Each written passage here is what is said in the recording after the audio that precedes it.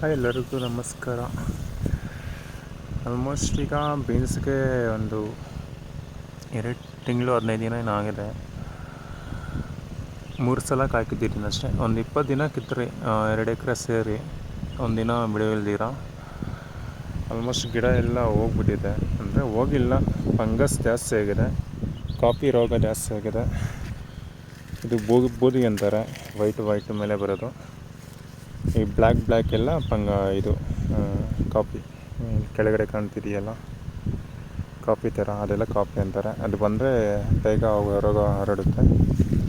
ಅದಕ್ಕೆ ನಾನು ಔತಾರು ಮತ್ತು ಬ್ಯಾಕ್ಟೀರಿಯಾನಾಶಕ ಇವೆಲ್ಲ ಹಾಕ್ಕೊಂಡು ಮತ್ತು ನ್ಯಾನೋ ಯೂರಿಯಾ ಚಿಗುರಕ್ಕೆ ಚೆನ್ನಾಗಿ ಹಾಕ್ಕೊಂಡು ಸ್ಪ್ರೇ ಮಾಡ್ತಾಯಿದ್ದೀನಿ ಬೇರೆ ಫಂಗಸ್ಗೆ.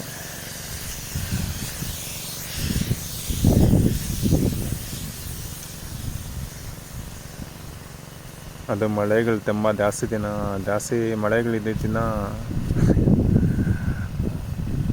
ದಿನ ಮಳೆಗಳಿದ್ದ ಕಾರಣದಿಂದ ನಾನು ಸ್ಪ್ರೇ ಮಾಡಿಲ್ಲ ಒಂದು 15 ದಿನದಿಂದ.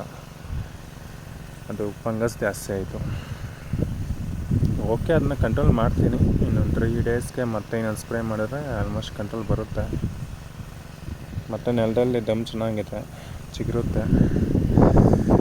ನೋಡೋಣ. ಮತ್ತು ಲೈಕ್ ಮಾಡಿ, ಒಂದು ಎನರ್ಜಿ ಕೊಡಿ ವಿಡಿಯೋಸ್ಗೆ. ನನಗೂ ಸ್ವಲ್ಪ ಏನೋ ಇನ್ಫಾರ್ಮೇಷನ್ ಕೊಡಬೇಕು ಅನಿಸುತ್ತೆ.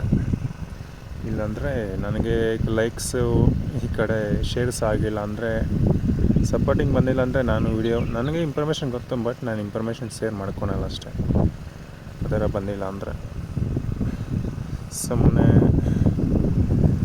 ಎಗ್ರೆಸ್ಗಳನ್ನ ಎಣ್ಣೆಗಳು ನೋಡಿಸ್ಕೊಂಡು ವೀಡಿಯೋಗಳು ಮಾಡ್ತಾರೆ. ಅಂಥವ್ರಿಗೆಲ್ಲ ತುಂಬ ಲೈಕ್ಸ್ ಕಮೆಂಟ್ಸ್ ಬರುತ್ತೆ, ಸಪೋರ್ಟಿಂಗ್ ಬರುತ್ತೆ. ರೈತರಿಗೆಲ್ಲ ಬರೋದಿಲ್ಲ.